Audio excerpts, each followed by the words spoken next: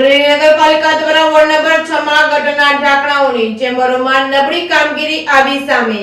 અમરેલી નગરપાલિકા દ્વારા સમગ્ર શહેરમાં સીસી રોડ, રસ્તાઓ અને ભૂગર્ભ ગટરની વ્યવસ્થા કરવામાં આવી છે, ત્યારે લાંબા સમય બાદ બટારવાડી વિસ્તારમાં સીસી રોડ બની રહ્યો છે, ત્યારે ભૂગર્ભ ગટરના ઢાંકણા ઉપર લેવામાં આવી રહ્યા છે, ત્યારે ગટરોની ચેમ્બરોમાં નબળી કામગીરી કરવામાં આવી હોવાના સ્થાનિકોએ આક્ષેપ કર્યા છે, જેમાં ખાલી ઈંટો ગોઠવીને ઢાંકણ ઊંચા લઈને ઈંટોના ટુકડા ગોઠવીને ઉપર ગટરના ઢાંકણા મૂકી દેવામાં આવે છે અને પછી કોન્ટ્રાક્ટર દ્વારા ગટરના ઢાંકણાની ફરતે બાજુ સિમેન્ટનો માલ નાખવામાં આવતો હોવાના સ્થાનિકોએ આક્ષેપ કર્યા છે।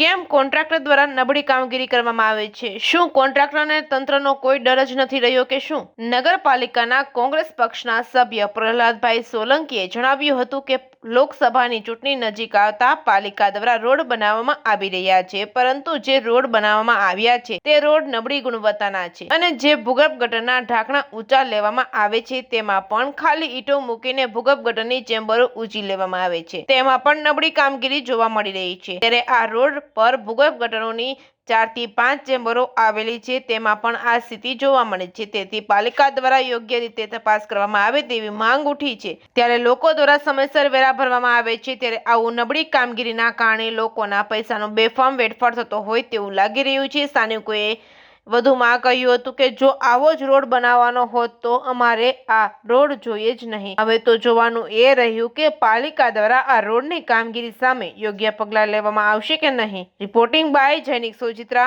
અમરેલી। શું નામ છે અને શું સમસ્યા છે?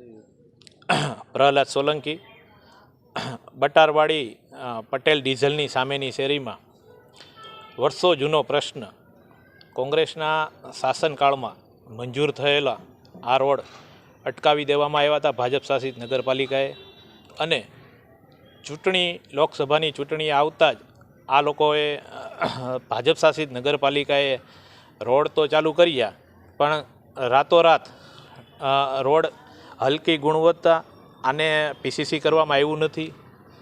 એ કોઈ બાજુથી ટૂંકમાં ઢાળ કે એવું કંઈ આપ્યા વગર રાતોરાત આ રોડ બનાવી નાખ્યા છે। સાથોસાથ ભૂગર્ભ ગટર જે કાંઈ વચ્ચે આવતી હોય એ ભૂગર્ભ ગટરને ઊંચી લેવા માટે ઈંટું જે છે, મારા હાથમાં જ ઈંટ છે, ઘડાપાક ઈંટું વાપરી અને તાત્કાલિક આને બૂરી દેવામાં આવ્યું છે રાતોરાત। આ ઈંટ જો નીચે પડતા પણ તૂટી જતી હોય તો આની માથે રોડની માથે અનેક વાહનો, ભારે વાહનો હાલતા હોય તો ભૂગર્ભ ગટર તો નીચે બહુ ઊંડી હોવાથી અનેક સમસ્યાઓ થાય, તો એની જવાબદારી નગરપાલિકાની રહેશે।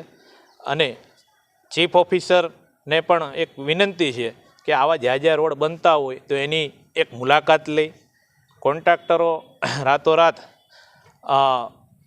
બનાવી અને રોડ બનાવીને જતા રહે છે, આની કોઈ નિયત ગુણવત્તા જે કાંઈ માપવામાં આવે એવી કોઈ આઈપી કરી નથી, અને હલકી ગુણવત્તામાં આ બધા તમામ રોડ બને છે, તો આની તટસ્થ તપાસ થાય અને એવી મારી સંબંધની અંદર જે ઈંટું મૂકવામાં આવી છે એ વ્યવસ્થિત રેતી સિમેન્ટથી સણવામાં નથી, એમને મૂકી દેવામાં આવી, એ બાબત ઈંટું ઘડાપાક વાપરવામાં આવી છે, પણ એમનામ ખાલી કોરી ઈંટું મૂકી અને માથે ચેમ્બર મૂકી દીધી છે। જો આની માથે કોઈ પણ એક હેવી વાહન નીકળે તો આ ચેમ્બર તૂટવાની શક્યતા પૂરેપૂરી રહે છે। મારું નામ ઘનશ્યામ કાબરિયા છે, હું બટારવાડીમાં રહું છું। આ બટારવાડીમાં જે કાબરિયા ચોક કૂવો કહેવાય ને, ત્યાંથી જે રોડ બન્યો છે નાગાણી સાહેબના ખૂણા લગી, એમાં જે ચેમ્બરો આવે ને આપણે ભૂગળ ગટરની, એ બધી કરી છે ને, જે ઈંટું હાવ છેલ્લી ક્વોલિટીની વાપરી છે, અને એમાં જે ચણતર કામને એને કરવું જોઈએ ને એ કરેલું નથી, અને નીચે જે પીસીસીની બધું માલ નાખવો પડે ને એ કાંઈ નાખ્યો નથી। રોડ ચોખ્ખો કરવો પડે પછી એની માથે કરવું પડે, એ કોઈ જાતનું કાંઈ કર્યું નથી। એમનું રોડ તમે ખોદીને જુઓ ને એટલે હેઠેથી ધૂળ જ નીકળશે નકરી હેઠે છે એની માથે જૂનો રોડ છે જ આરસીસી કરેલો, એ રોડ ખોદો ને એટલે આરસીસી રોડ માથે ધૂળ છે હોતા। એટલે આ લોકોએ જેટલી ચેમ્બરો અહીંયા છે ને ભૂગળ ગટરની, એકમાં એણે ઈંટું કે કોઈ પણ જે એને ચણતર કામ કરવું પડે ને કોઈ જાતનું એણે કાંઈ કર્યું નથી, એ અમને વિરોધ છે। અને આ રોડ બહુ જાજા સમયથી મંજૂર થતો હતો ને બંધ થતો હતો, આ રોડ બન્યો એ અમને લાગણી છે અને ખુશી છે, પણ આવો રોડ બને જ ને એ અમને નહોતી ખબર, નકર અમે રોડ વગરના જ રહેતા, અમારે રોડની જરૂર નહોતી એમ।